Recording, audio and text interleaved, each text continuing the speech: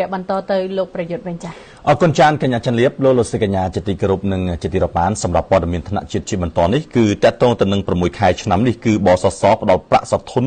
ដល់និវត្តជនជាសមាជិកបសសជាង 1600 នាក់បាទដោយចំណាយប្រាក់ប្រមាណជា $110,000 អាមេរិកនៅក្នុងរយៈពេល6ខែឆ្នាំ2026នេះបេឡាចិត្តសន្តិសុខសង្គមដែលយើងហៅកាត់ថាបសសបានផ្ដល់ប្រាក់សធនឬក៏ប្រាក់រត្រែតដល់និវត្តជនដែលជាសមាជិកបសសចំនួន 1656 នាក់ក្នុងនោះមានស្រីចំនួន 755 នាក់ដោយចំណាយអស់ទឹកប្រាក់ជាង 446 លានរៀលស្មើនឹងប្រមាណជាបាទ $110,000 អាមេរិកលោកបណ្ឌិតហេងសុផានរិទ្ធអគ្គនាយករងបសសនិងជាអ្នកនាំពាក្យក្រសួងការងារនិងបណ្ដុះបណ្ដាលវិជ្ជាជីវៈបានមានប្រសាសន៍ថាចាប់តាំងពីរដ្ឋាភិបាលបានដាក់ឲ្យអនុវត្តរបបសន្តិសុខសង្គមផ្នែកប្រាក់សធនកាលពីចុងឆ្នាំ2022កន្លងមករហូតមកដល់ខែមិថុនាឆ្នាំ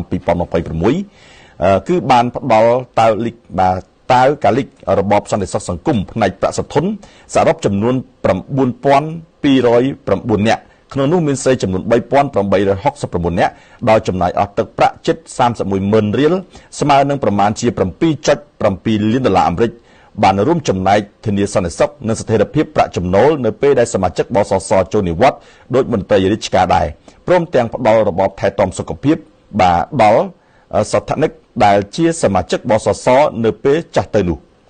លោកបណ្ឌិតលោកបានបន្តថាចំពោះការបង់ប្រាក់ភិកទានរបបសន្តិសុខសង្គមផ្នែកប្រាក់សធននេះគឺតម្រូវឲ្យបង់ចំនួន 4% នៃចំនួនប្រាក់ឈ្នួល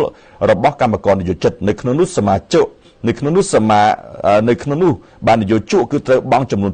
2% និងកម្មករនិយោជិតបង់ចំនួន 2% នៅពេលដែលកម្មករនិយោជិតបាទដល់អាយុ60ឆ្នាំត្រូវចូលនិវត្តន៍និងទទួលបាននូវប្រាក់សធនដោយមន្ត្រីរាជការបម្រើការនៅតាមស្ថាប័នរដ្ឋដែរទៅតាមប្រាក់ឈ្នួលដែលកម្មករម្នាក់ទទួលបានប៉ុន្តែសមាជិកបសសត្រូវបំពេញលក្ខខណ្ឌកំណត់មួយចំនួនរួមមានបានចុះបញ្ជីនៅបសសផ្នែកប្រាក់សធនបានបង់ភិកទានបសសបានយ៉ាងតិចចំនួន 12 ខែនិងត្រូវមានអាយុយ៉ាងតិចចំនួន 60 ឆ្នាំនិងត្រូវភ្ជាប់ប័ណ្ណសមាជិកបសសច្បាប់ដើមអត្តសញ្ញាណប័ណ្ណសញ្ជាតិខ្មែរច្បាប់ដើមមានសុពលភាពឬក៏លិខិតឆ្លងដែនសម្រាប់ជនបរទេសសេចក្តីចម្លងសម្បត្តិអាពាហ៍ពិពាហ៍និងសេចក្តីបាទចម្លងបញ្ជាអំពីសម្បត្តិកំណើតបើមាននឹងទៅមានបាទលេខគណនីធនាគារអេស៊ីលេដាឬក៏គណនីធនាគារកាណាឌីយ៉ា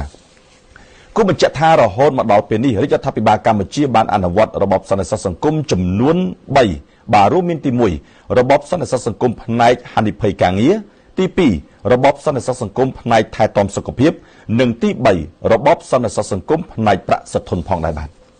អរគុណចាយើងចេញពីរឿងថ្នាក់